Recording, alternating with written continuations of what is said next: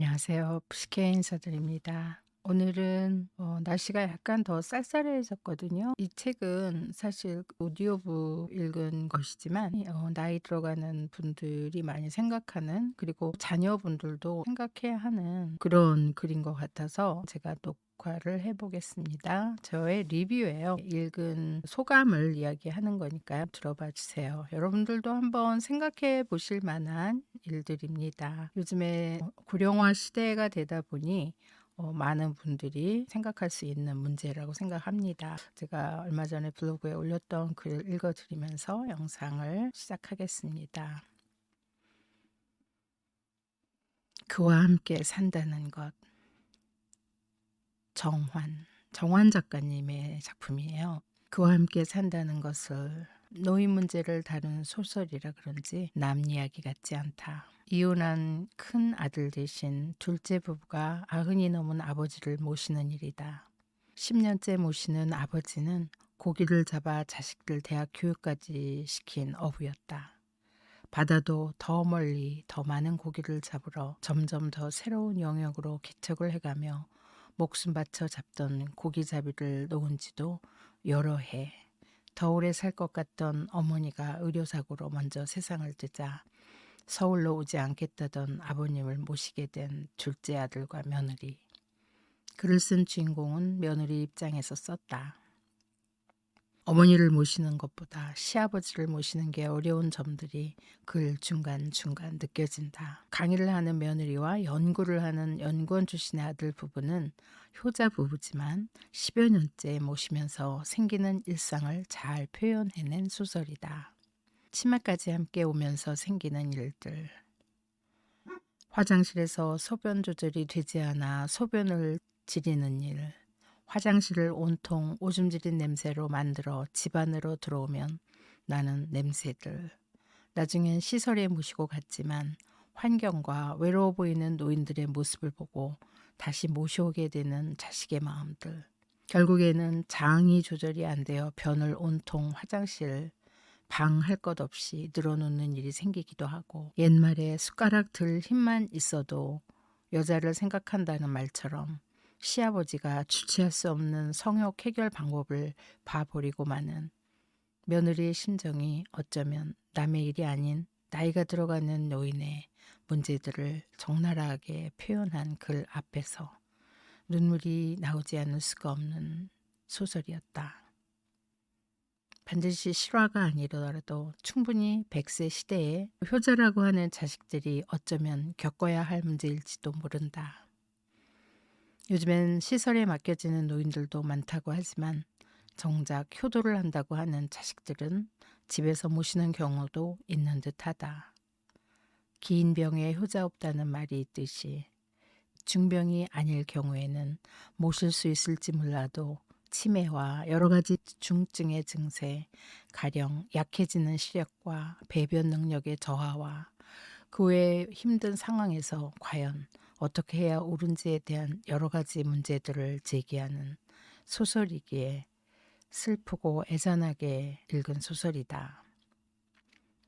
과연 내가 이런 고령이 되어서 어떤 선택을 할까? 그리고 아이들의 결정은 어떻게 될지를 생각하니 벌써부터 고민이 되기도 한다.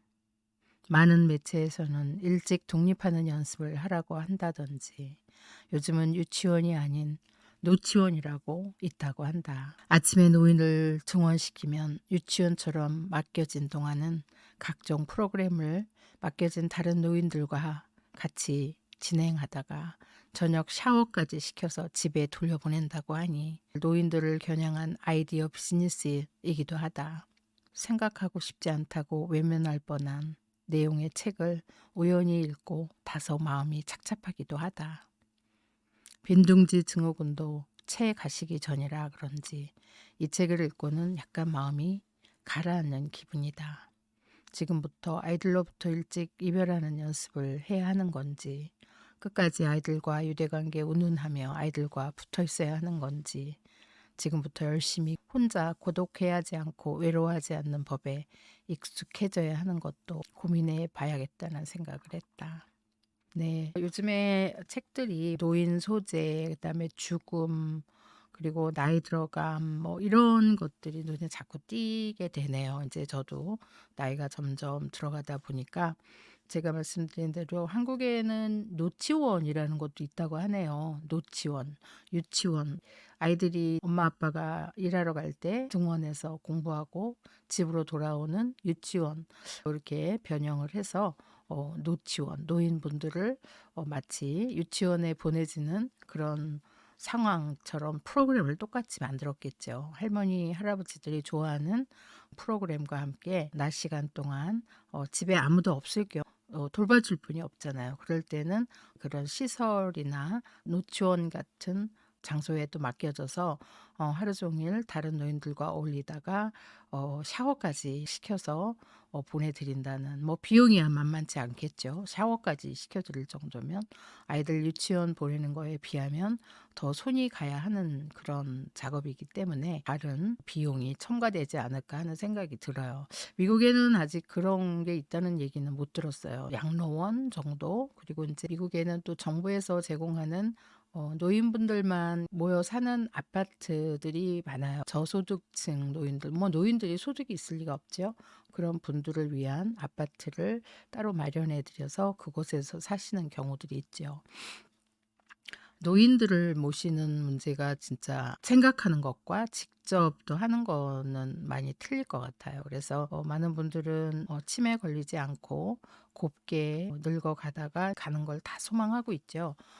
건강하게 살아있다가 오랫동안 자리에 눕지 않고 호련히 가는 걸 원하시는 분도 있고, 다른 분들은 그런 게 안 된다면 어떤 법으로 인정되는 안락한 다른 방법을 원하는 분들도 많다는 얘기를 들었어요.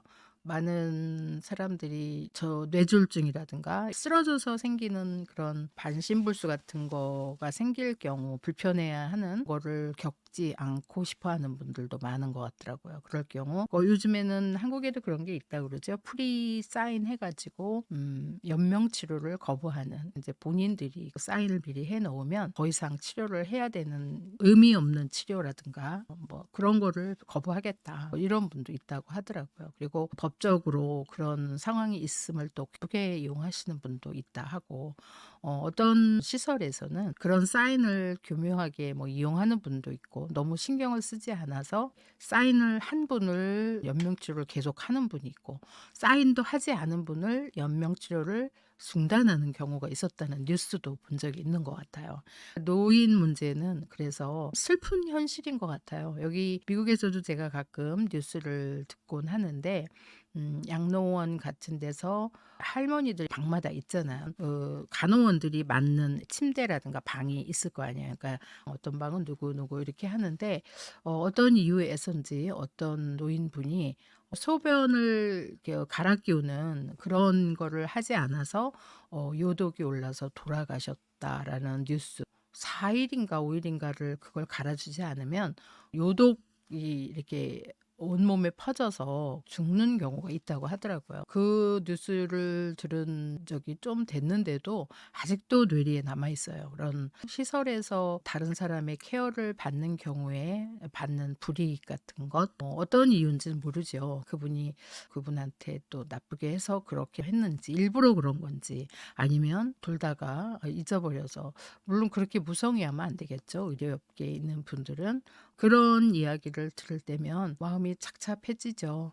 누가 될지 모르는 상황이니까. 영화를 봐도 그렇게 무의식 상태에 있거나 온 몸을 쓸 수 없는 상황에서 정신만 말짱할 때 나쁜 일을 당하는 경우도 종종 뉴스에서도 보면서, 오늘 제가 읽은 그와 함께 산다는 것, 그 시아버지를 모시는 마음을 소설로 쓰신 정환 작가의 글을 여러분께 일단 소개드려요. 저도 요즘에는 이런 노인 문제라든가 나이 들어감에 대한 거를 자꾸 읽게 되기도 하고 준비도 해야 되는 그런 상황인 것 같아서 오늘 이걸 소개드렸습니다. 여러분 안녕히 계세요. 감사합니다.